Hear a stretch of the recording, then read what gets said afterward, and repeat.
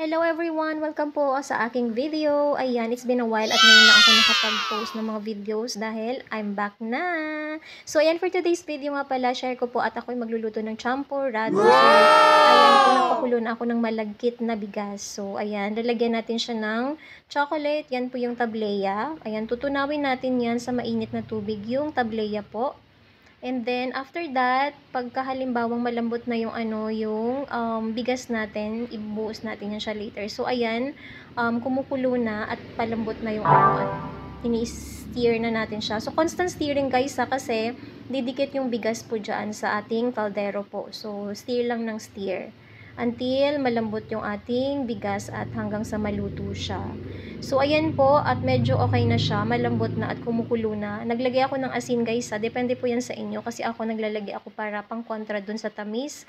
Dahil hindi pwedeng matamis na matamis kasi bawal po yan sa aking mother-in-law. So, lalagay na natin yung chocolate po, yung tinunaw nating tableya. And then, naglalagay tayo ng sugar. So, ayan, hindi ko muna ilalahat yung sugar ha, kasi titimplahin ko pa muna yan siya. So, ayan po, haluin lang natin siya hanggang sa lumambot yung ating malagkit na bigas.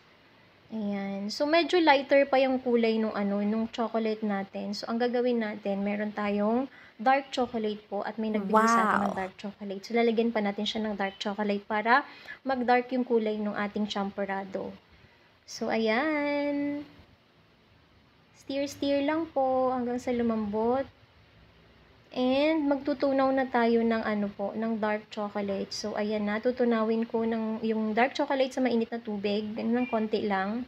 And then buhos lang natin din yan siya kasi matutunaw lang din naman yan diyan. So lalagyan na natin yung dark chocolate. So ayan na. Hahaluin lang natin siya ng hahaluin hanggang sa malambot na yung bigas and hanggang sa maging ready to serve na. So pag sinerve nyo pala guys, maglalagay ako ng depende sa inyo ha kung evaporated milk ang ilalagay nyo or powdered milk. Ako powdered milk kasi yun yung gusto ng aking jowa. Pag sinerve ko yan siya mamaya, maglalagay ako ng powdered milk. So ayan, halo-halo lang kasi medyo malambot na yan siya at malapit na yan. So ayan na. O diba? Malambot na yan siya at malapit na. So ready to serve na yan. And nagluto pala ako ng konting tuyo, partner dyan sa ating champurrado. So, itong na to, champurrado ay na yan, brunch, halo na brunch merienda. Diba? Late kasi ako nagising dahil buhay prinsesa ako. But, char lang kasi panggabi po ako. So, ayan, nasuserve na natin yung ating champurrado with powdered milk. So, yun lang po. Thanks for watching. Bye-bye!